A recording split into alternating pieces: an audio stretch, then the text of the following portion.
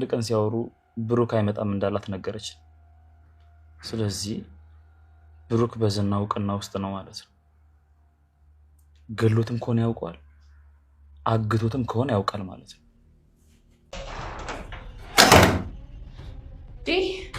ምሳሌ ነይ ጋር ምሳሌ ዘመን ሰምኛለሽ። እስከ ዛሬ አድነሻታል።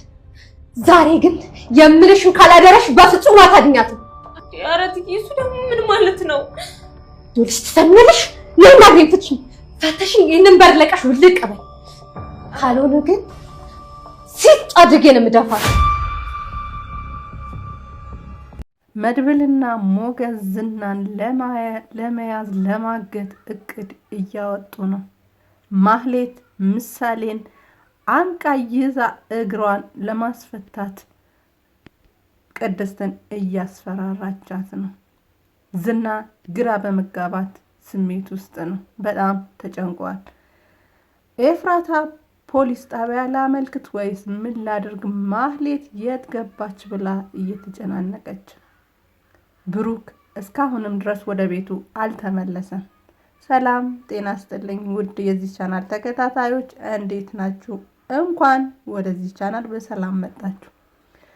በባለፈው ክፍል በምሳሌ ድራማ ማህሌት ስለ ብሩክ የማውቀው ነገር አለ፣ ዝና ብሩክ አይመለስም ብሎኛል እና የት እንዳለ የሚያውቀው እሱ ነው ብላ ስታወራ ነበረ ድራማው ያለቀው። እንግዲህ የት እንዳለ አላቅም፣ ግን ከሱ መጥፋት ጋር የሚያያይዘው ዝና ነው። እናም አይመለስም ብሎኛል፣ እንግዲህ እሱን ጠይቁ ብላለች። ወንድምየው መድብል በጣም ተጨናንቀዋል። እናም አሁን ሙሉ በሙሉ ብሩክ ዝና ጋር እንዳለ በህይወት ይኑር ይሙት ባይታወቅም፣ ግን ከሱ መጥፋት ጋር ሙሉ በሙሉ ዝናን እንደሚያያዝ እናም እሱ ዝናን ይዘው የብሩክን አድራሻ መፈለግ እንዳለባቸው እንግዲህ እርግጠኛ ሆኗል።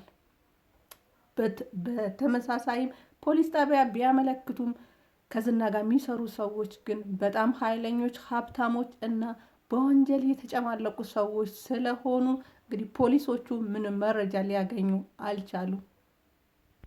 ሞገስ ደግሞ በጣም ፈርቷል። ከዝና ጋር መጋፈጥ አይፈልግም፣ ምክንያቱም መሞት ስለማይፈልግ። ከዚህ በፊት እንግዲህ ብዙ ነገሮች አድርጎታል። ሀብቱ ንብረቱ አሳጥቶታል። የሚወዳት ልጅ የልጅነት አብሮ አደጉን ቀምቶታል። ለብዙ ዓመት ሲያሳድደው ሰፈር እስከ መልቀቅ ድረስ ደርሷል እና በሱ ምክንያትም አሁን ድሃ ሆኖ እየኖረ ነው። ለብዙ ዓመታት ከልጅነቱ ጀምሮ የለፋበትን ሀብት አጥቷል። እናም ድጋሚ ከሱ ጋር ከተጋፈጥኩ ከሱ ጋር ከተጣላው እሞታለሁ እናም ንም አጣታለሁ ብሎ ሰክቷል። መድብል በተቃራኒው ደግሞ አንድን ቀን ወንጀል ሰርቼ አላቅም፣ እንግዲህ ይሄ ልጅ የለኝም፣ ሚስት የለኝም፣ ፍቅረኛም የለኝም፣ ህይወቴ በትክክል ኖሬ አላቅም፣ ግን በትክክለኛ መንገድ ሳይሆን ፍትህ ላላገኙ ሰዎች ፍትህ ለመፈለግ ስል ህይወቴን መስዋዕት አድርጌያለሁ ብሏል።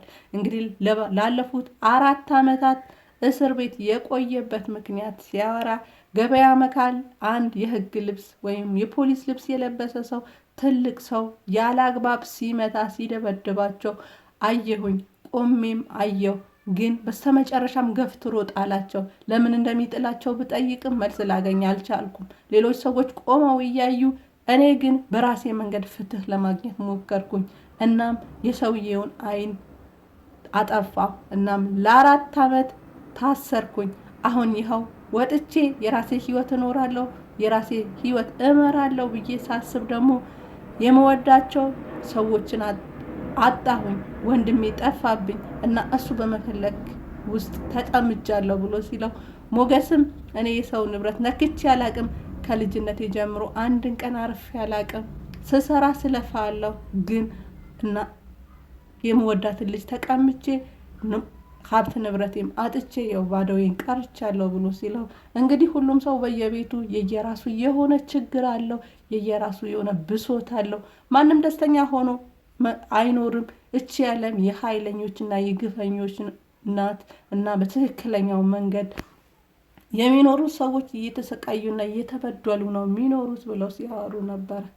እንግዲህ ማህሌትም ቅድስትን ለማግባባት ከዚህ በፊት ያደረገችላትን ነገር ጥሩ ነገሮችን ብትፈልግ ምንም እንዳላደረገች ብታጣም እንግዲህ የሆነ ሰዓት ላይ ቅባት ገዝታላት ነበረ። ከዚህ በፊት እኮ ቅባት ገዝቼልሽ አውቃለሁኝ እናም ፍቺኝ ስልኬንም ስጭኝ ብላ ስትላት እንግዲህ ቅድስት በህይወቷ ብዙ ነገር ተምራለች። አንዳንዴም ህይወት ትምህርት ቤት ናት አይደለም የሚባለው። እንግዲህ ማህሌት ብዙ ነገር አስተምራታለች፣ ብዙ ነገር በድላታለች። እኔ ስልክ ብሰጥሽ ዝና ጋር ትደውያለች፣ ዝና እየበረረ መጥቶ አንቺን ይወስድሻል እና ያ ነገር ነው ወይ የምትፈልጊው?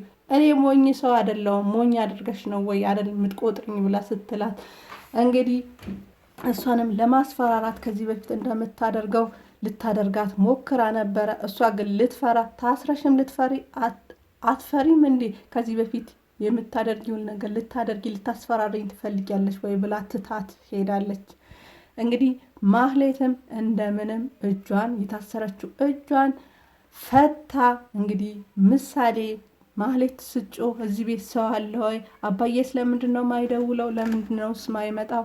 በጣም ናፍቆኛል ብላ ስትላት አይ እዚህ ቤት ሰው የለም፣ አባትሽም እንግዲህ እኛ ጋር ባይደውልም አጎትሽ ጋር ይደውላል ይሆናል። ደግሞም አባትሽ ባይኖርም አጎትሽ መጥቶ የለ ወይ? ለምንድን ነው የምታስቸግሪው? ብላታለች። ምሳሌ ግራ ብትጋባም እንግዲህ ስትጠይቅ ትክክለኛ መልስ ስለማይሰጧት አሁን ላይ ስለ አባቷ መጠየቅ አቁማለች።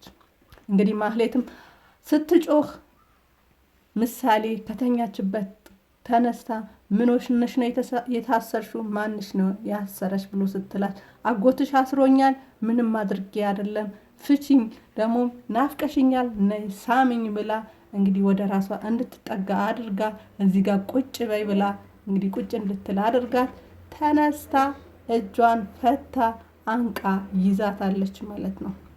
እንግዲህ ቅድስትም ከእንቅልፏ ተነስታ ስትመጣ ማህሌት ምሳሌን አንቃት ከዚህ በፊት ብዙ ጊዜ ልታደኛት ሞክረሻል፣ ዛሬ ግን አታመልጠኝም፣ እገላታለሁ፣ እግሬ ፍቺኝ፣ እናም በሩን ከፍተሽ አንቺ ዞር በይ፣ እኔም እንድወጣ አድርጊኝ ብላታለች። እንግዲህ ማህሌት እግሯ ተፈቶላት ትወጣ ይሆን ወይስ መድብል ደርሶ ያስቆማታል? ወይስ ቅድስት በቢላዋ አስፈራርታ ምሳሌን ታስለቅቃታለች? እሱን አብረን የምናይ ይሆናል። በቀጣዩ ክፍል ይዤላችሁ እስከምትመጣ ድረስ መልካም ቆይታ ተመኘው። ባባይ